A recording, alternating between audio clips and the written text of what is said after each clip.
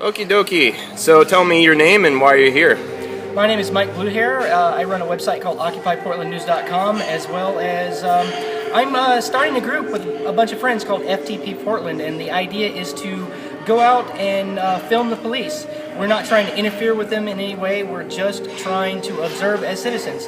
Yes, some of us come from backgrounds with police histories of police contacts. I myself spent 15 years on the street homeless, so I was contacted and basically abused by police on numerous occasions. I've also been a member of Occupy Portland since the very beginning. I've done a lot of radical media, and I am trying to promote police accountability because I've seen a lot of abuse of power, and basically this is my and my co-conspirators, in quotes, response to this oppression, this bald-faced totalitarian heavy-handedness that I see going on with our local police here in Portland. Okay, and of all the cities you've lived in, how do you feel that Portland ranks as far as police accountability? Do you think this is one of the worst examples? I've lived in some pretty messed up places. I've lived in New Orleans, I've lived in East St. Louis, I've lived in Oakland.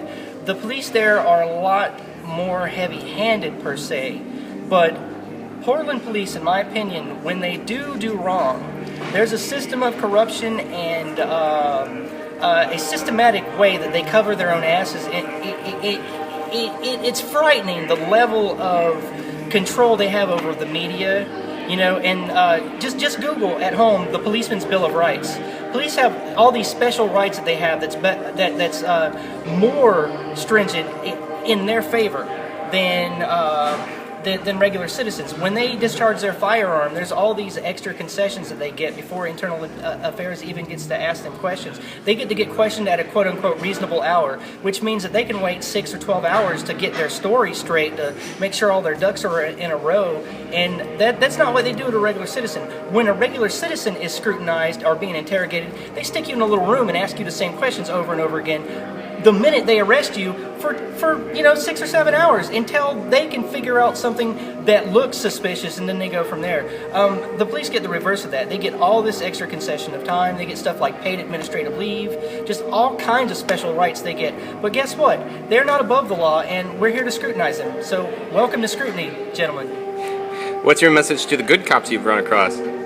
My message to the good cops is thank you for living up to the ideals that you aspired to when you first became a police officer. Thank you so much for being a decent human being in a job that no one ever calls a cop, to say, oh, hi, how you doing? Let's have coffee. People call cops when there's blood on the floor in their kitchen. So I get it. Your job, what's going on with your psychology, it's a rough thing. It's really hard to live in an environment of fear and anxiety, having cortisol pumped into your blood constantly. Like, I understand. But the thing is that when you see your fellow officers acting in the manner that's unbecoming of a police officer, of a peace officer, of a sentinel or a protector for our society, you need to speak up about it. You need to do the right thing, and that's what I'd say to you. If not, we're here as citizens to patrol you and to watch you with cameras. Do you feel that they may target you for what you're doing? I hope not, but as an activist, if the government isn't targeting me, I'm not doing my job, so bring it.